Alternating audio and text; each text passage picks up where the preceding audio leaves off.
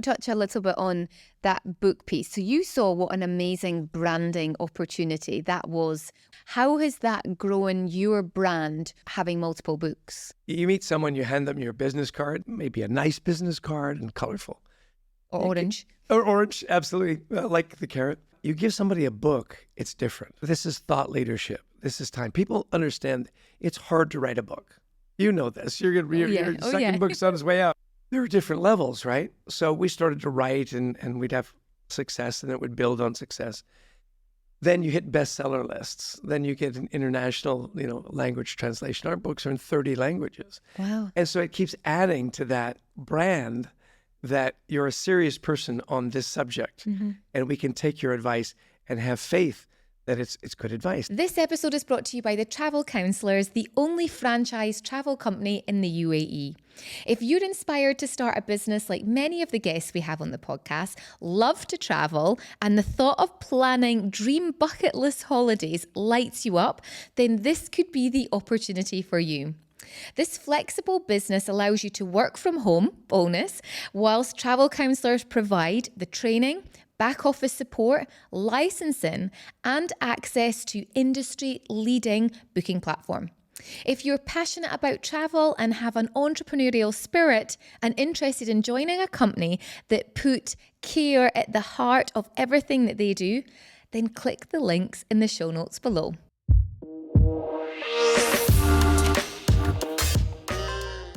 Hi everyone, welcome back to another episode of the Kelly Lundberg podcast. Super excited to have international guests today, and we have on the show Chester Elton. Now, he has spent the last 2 decades plus helping organizations, employees, and really drive this strategy and vision and values through his focus on leadership and for real change solutions in management, but also in drive innovation. He's so passionate about corporate culture. We've just talked for the last 30 minutes on driving change and what that comes down to, something so simple that you can implement not only in your business, but do within your team. And that is gratitude.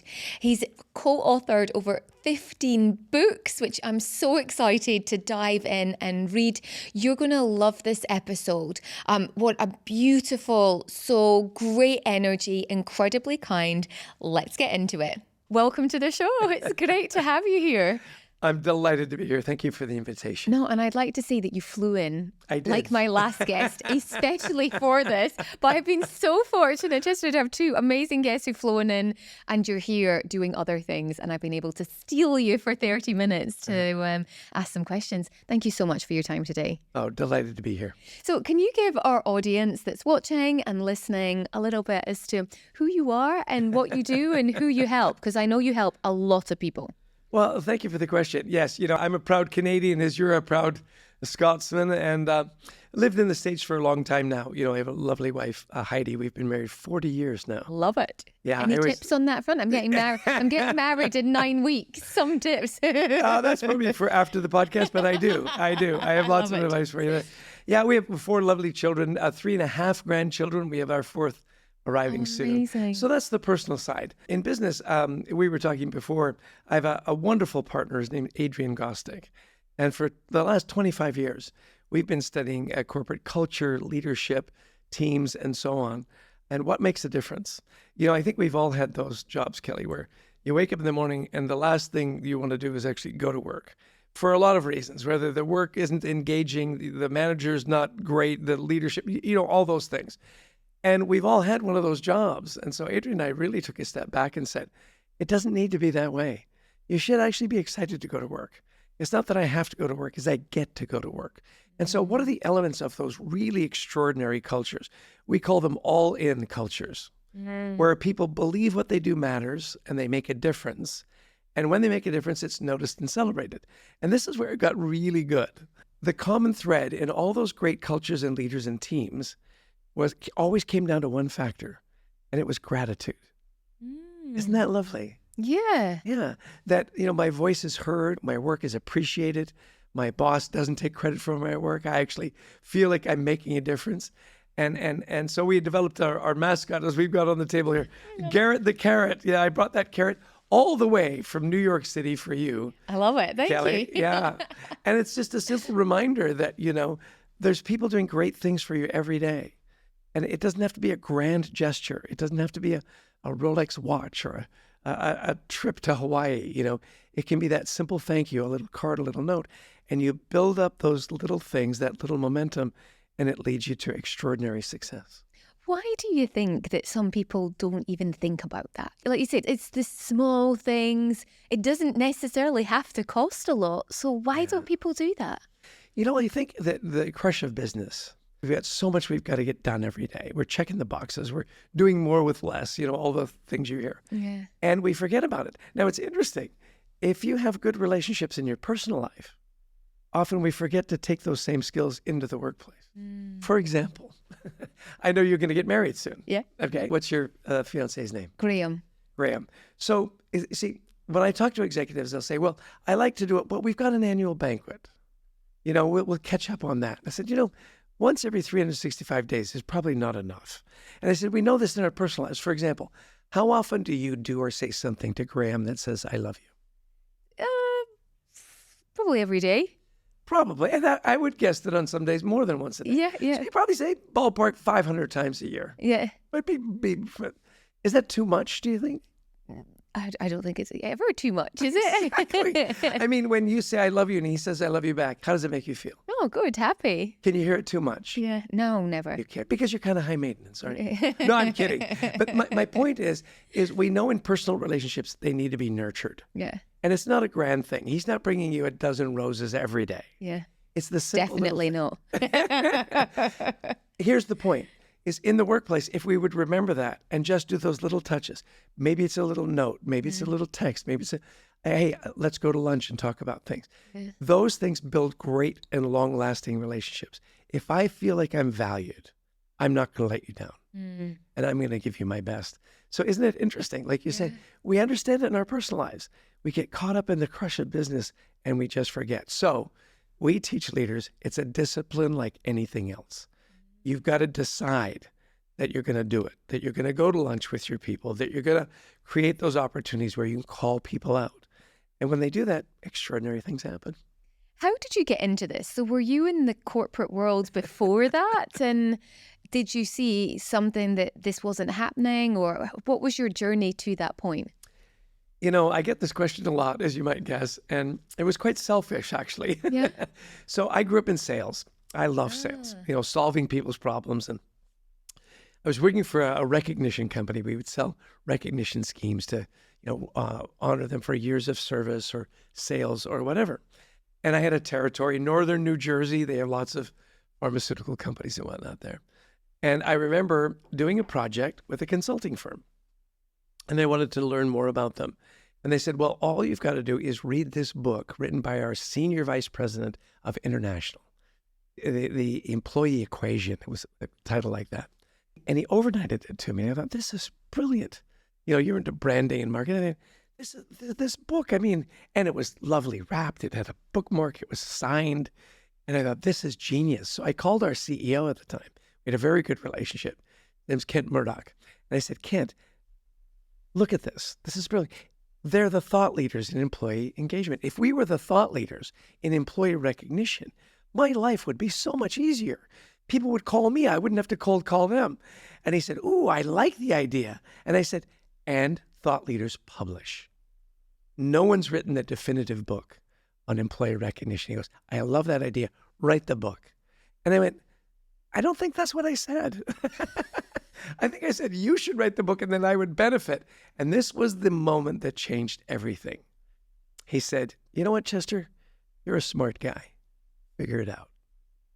I love that. Isn't that brilliant? But he knew you were capable of doing that. So then what, you went away and wrote the book? Well, here's the thing. He knew I was capable. I didn't think so. And this is a great leader, right?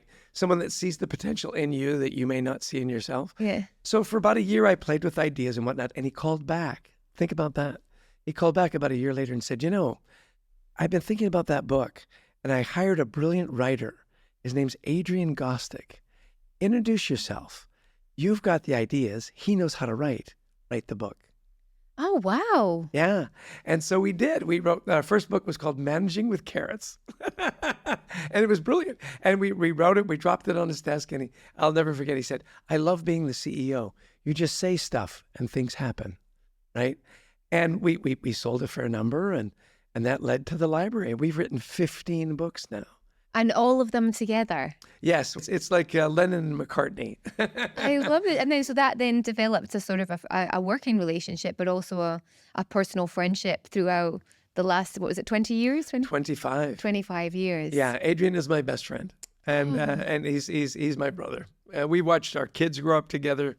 We've done amazing projects. We've sold 1.6 million copies of our books. Congratulations. Yeah. That's brilliant. Yeah. So maybe let's touch a little bit on that book piece. So you saw what an amazing branding opportunity that was when you received your first one from that gentleman going, wow, it's beautifully wrapped. It's got a note in it.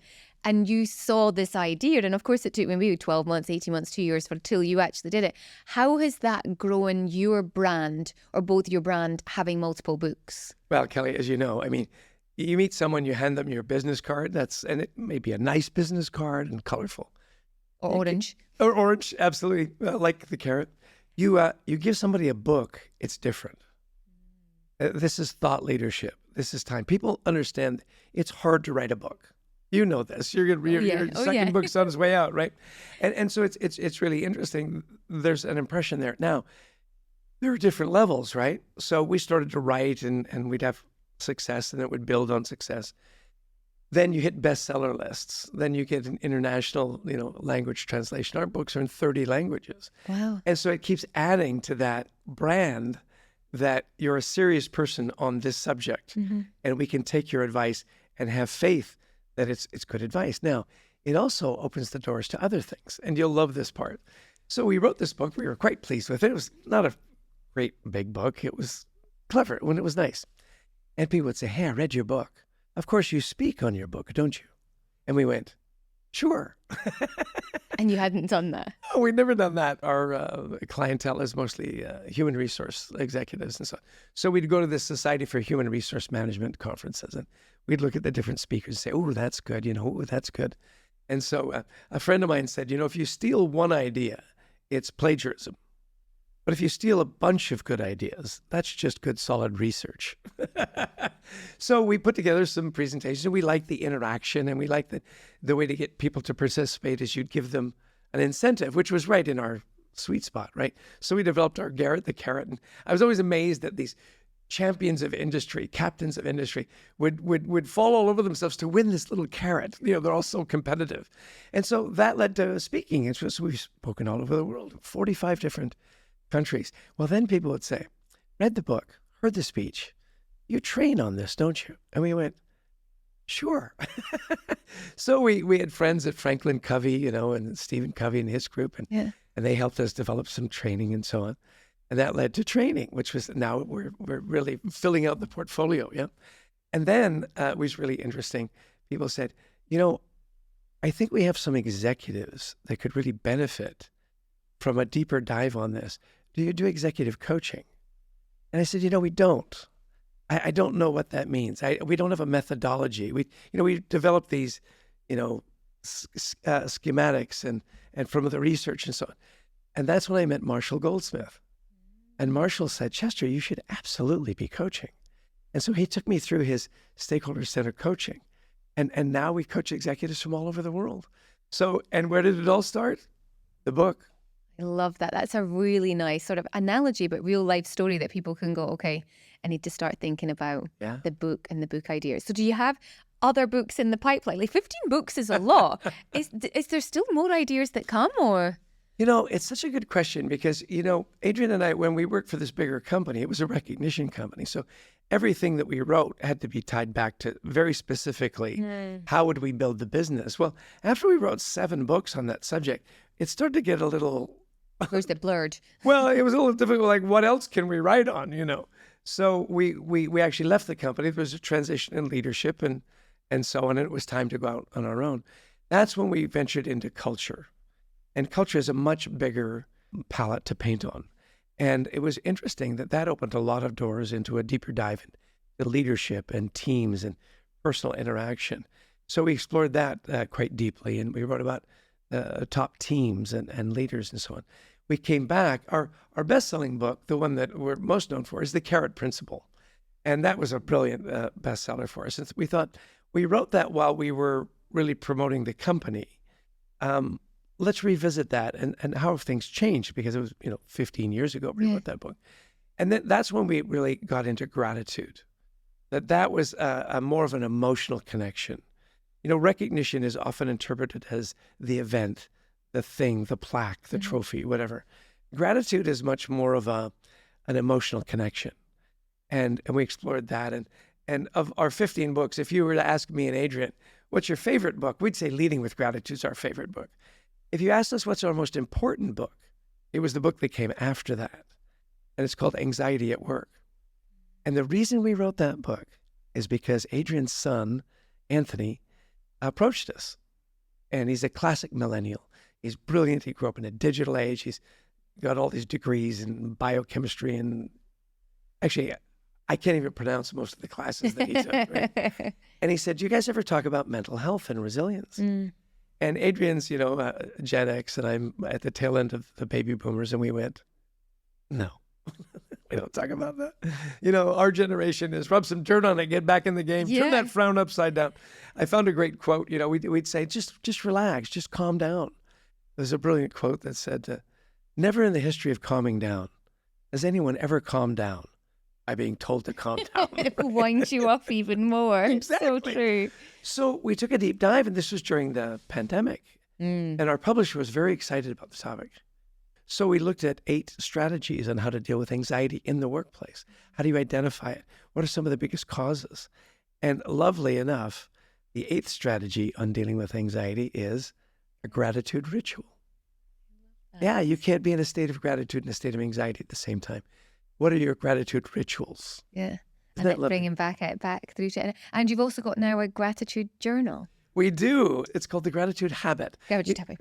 Yeah. You asked about, why do we as executives don't bring gratitude into the workplace? And again, it's a discipline. You have a routine. It's practice. Yeah. Right? And so it's so funny. I love to journal. I don't know. Do you journal? I do, yeah. Not consistently, but I do it. Yeah. And you see, what we found in great leaders is journaling is reflecting. And that's a wonderful leadership practice. Like, what did we set out to do? What happened? What did we learn? Yeah. What did we take forward?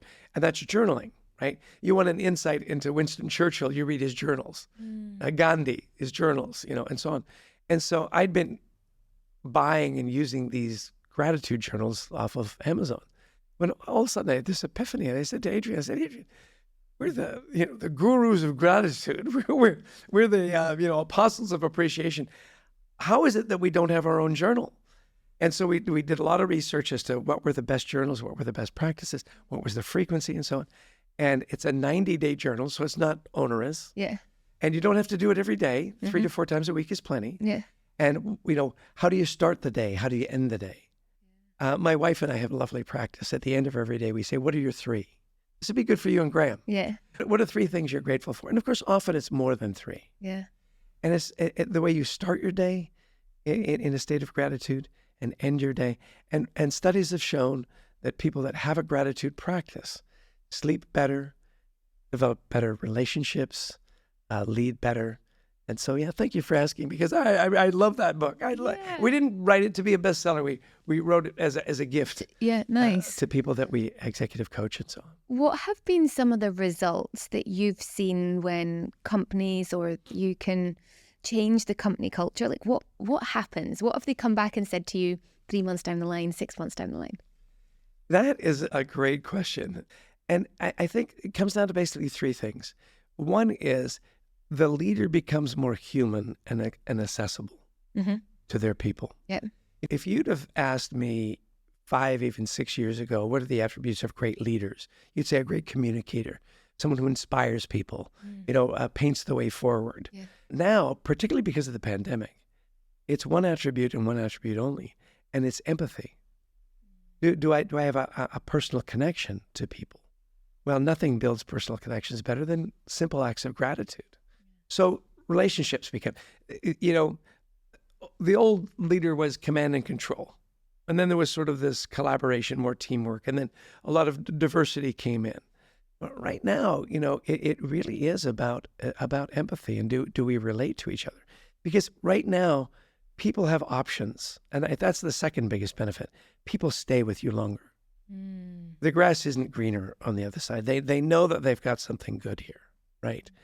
And the third piece about gratitude is it really does inspire innovation, which we wouldn't have guessed initially. Yeah. But when I feel safe in the presence of my leader, when my voice really is heard, and I've got these rewards along the way, simple touches, that gives me confidence, I'm more likely to say, hey, I know we've always done it this way. What if we tried this? Because it's safe. That emotional safety allows for innovation. And it all comes back to that simple thing, I feel valued. What's it like working with your best friend?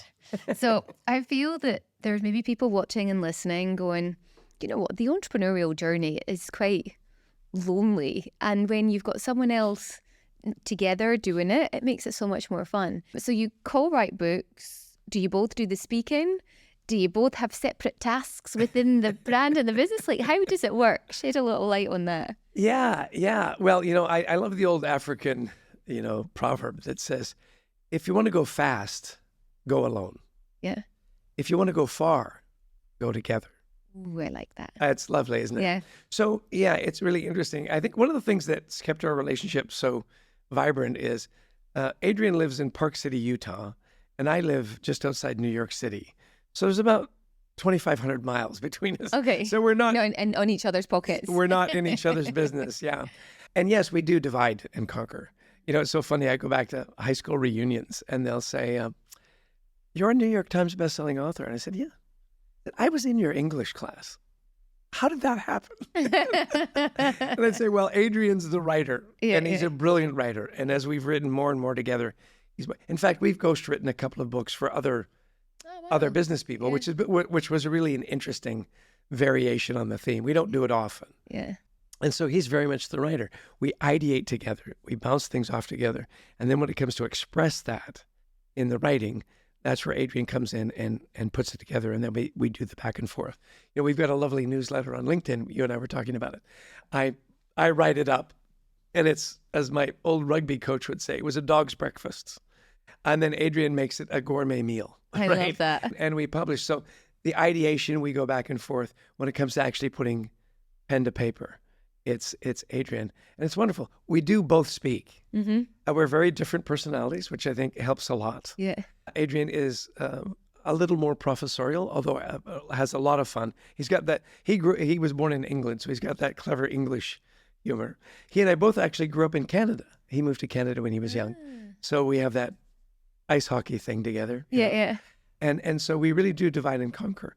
I'm much more of the relationship builder. Mm-hmm. Adrian's much more the project manager and getting the books done. Yeah. And it's worked really well for us. I love that. You touched on LinkedIn there, and I think that's something when it comes to brand building, you're talking about you're the relationship builder.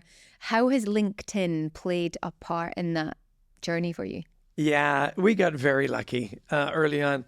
Literally, a friend from church was working for LinkedIn in New York and loved our work. And he goes, hey, you should be an influencer. And I went, I don't even know what that is. He says, are you on LinkedIn? And I said, no. And he showed me, he said, look, get on, build a profile, the whole thing. He said, start posting stuff. He explained it to me, it's Facebook for business people.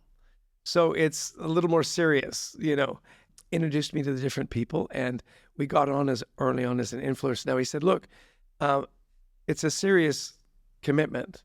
And if you don't post, if you don't bring value, they'll kick you out. And so we were posting, early on, you'd post every day, and you'd look at the clicks and so on. And then they would come to us as influencers and they'd offer us pilot projects. One was LinkedIn Live.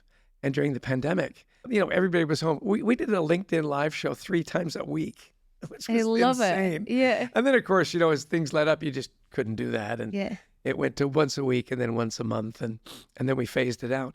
But they came to us with this idea of a newsletter. And, they give you a publisher when you're a top, they call them top voices now. Mm-hmm. And she would call and say, hey, we've got this thing. We'd love you to try it. It's a newsletter. I said, well, how often? And what does it look like? And how do we build it? And they walked us through that. And we publish once a month. I said, you're really getting good traction. You should really do it a little more often. But once a week is too much. But twice a month is a good cadence. And gosh, we've built up a following, 300,000 subscribers, which is brilliant. Yeah. And we're going to use it to promote your next book. Love it. Thank you. But it's this LinkedIn, I feel that so many people see it as just a way to find jobs, but they don't understand actually as an influencer or someone who can influence, be a top voice in your expertise, how important it is, and that relationship piece for you. And by the way, building your brand on LinkedIn will help you get that next job. Yeah, absolutely. Because they see you're thinking, they see you're serious. A lot of people that are job hunting and whatnot get in trouble with their Instagram and their Facebook because they're posting crazy stuff. Yeah. LinkedIn is not a place for, the party animal. Yeah. And it really does give you an opportunity to say, look, I've been thinking about this. This is where I'm headed. These are the skills I've developed. And companies buy LinkedIn because they're looking for employees. Well, as you're looking for employees, you say, well, what have they posted? What is their brand? What are they thinking? What have they done? Where are they headed? Yeah, LinkedIn is a brilliant platform. Huge fan. Love to explore a little bit more because I can tell from the way that you show up, your energy, the relationships and how you engage with people is incredibly important.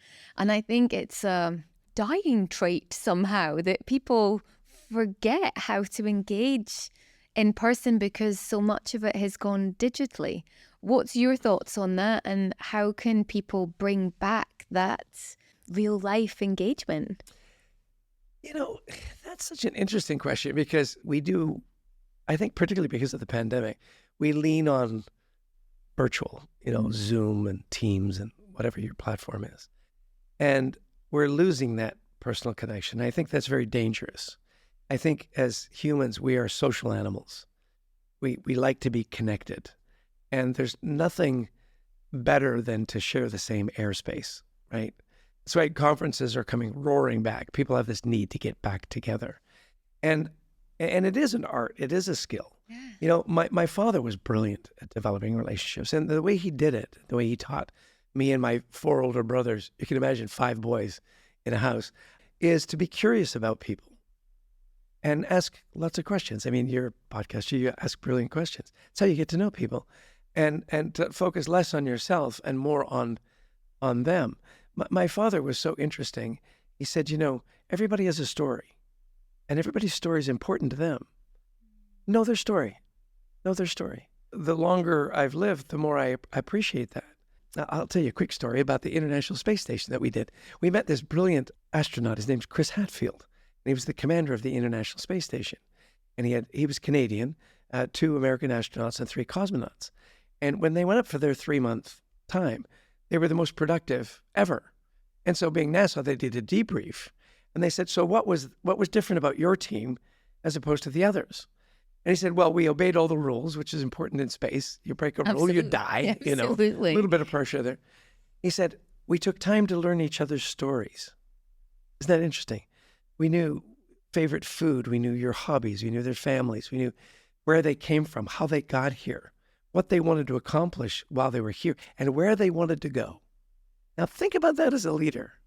If you know your people's stories, their background, what they want to accomplish and where they want to go, do you think you could manage them better? Do you think you could inspire them better?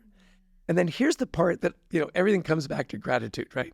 He said, the thing that I think made the biggest difference was we had one unwritten rule, and it was this, that every astronaut had to perform a random act of kindness for every other astronaut every day.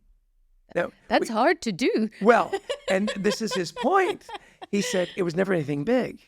It was, I'll help cook the meal. I'll do the calculations. I'll clean up your cot or whatever. Now, and I said, well, why was that so important?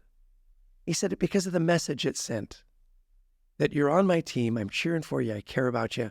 I'm here to help. I love you. And he said, because of that, we never had a heated argument. No one ever lost their temper. It was all about solving the problem, getting the work done. And that's what it is when you develop relationships, is tell me your story. And then how can I help you get to where you want to go? Well, who doesn't want to have a relationship with that kind of a who's leader. interested in that. I love that. What would you say to someone who's maybe starting out on their, entrepreneurial journey? They haven't got a book yet and they've got a message. They've got something they want to do. What would you say to them? Well, just keep at it. We're in a society where you're supposed to have instant gratification. Everything's supposed to work right away. It's okay to make a lot of mistakes, and it's okay to celebrate those mistakes. I have a dear friend who just retired as the CEO of WD-40. The can with the grease in it? Absolutely. And he says, we have a learning culture. We don't make mistakes. We have learning moments. Don't be afraid to stumble and just think, well, what worked, what didn't work? Well, we know that didn't work. Yeah. We won't do that again. Yeah. And move forward. So start with something and keep at it. If you want to develop a good gratitude practice, a great place for you to start. Love it. And it's a little old school, but I'm a big fan of handwritten notes. A, no one does it anymore. B, it's always timely because you mail it to their home and they've taken the time to open it. And just do 3 a week. Just do 3 a week for 3 weeks and see what happens.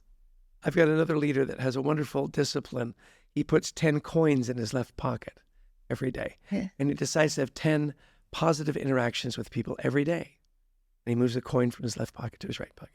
So start with some kind of a ritual. Yeah. And stay with it. But more than anything, just be curious about people and their stories and learn their stories. Love that. Thank you so much for your time, your energy. Like, we could go in and think we could do a whole day. You've got a wealth of knowledge. I've got a few fun questions to ask you. Sure. If you're okay with that. Is this the lightning round? It is, but it's kind of impromptu. So let's see what we've got. So I lose all willpower when it comes to... Chocolate. What kind? What's your favorite? I like milk chocolate and white chocolate, not a dark chocolate fan. And if you put chocolate with caramel, I'm done. I love white chocolate.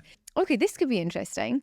The most unexpected compliment I've ever received. The most unexpected compliment I've ever received. Maybe no one's ever asked you that. I really like that question, Yeah, actually. that's a good one. Good Lord, you're good looking. I love It's it. very unexpected. Who told you that? My Your wife. I've forgotten how to. I've forgotten how to say no to chocolate. There's a running theme, if I knew that. Okay, Yeah, let's finish up this. Okay. If I could whisper something in the ear of my younger self, I would say... Slow down and enjoy the journey. How can people find you? LinkedIn? Is that the best place? Is that LinkedIn is one? a brilliant place, yeah. We have a wonderful website, thecultureworks.com, where you see all of our books and our speaking and our coaching and so on. Yeah, those are the two best places, LinkedIn and thecultureworks.com. I love it. One last thing. Yeah. You have a podcast, we have a podcast, and it's called Anxiety at Work. We just find that it's such a big thing in the workplace. Brilliant guests, great recommendations on how to tamp down that anxiety and really live a more full life. I just wanted to throw that in. I love that. Thank you so much. And you embrace your branding colors. Do you do this for every event or do you do it on the glasses? Yeah. Do you know, I do it every day. As a branding maven, I think you've got to live your brand every day.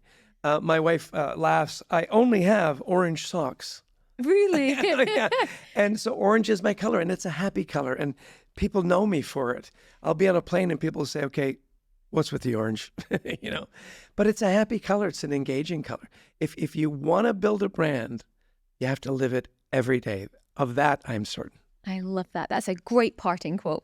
Thank you so much, Tish. It was great to have you. It's been a delight. You can call me anytime. Thank you. Thank you to travel counsellors for this episode. If you're inspired to start a business like many of the guests that you hear on the podcast and the thought of planning a dream bucket list holiday lights you up, check out the details in the show notes.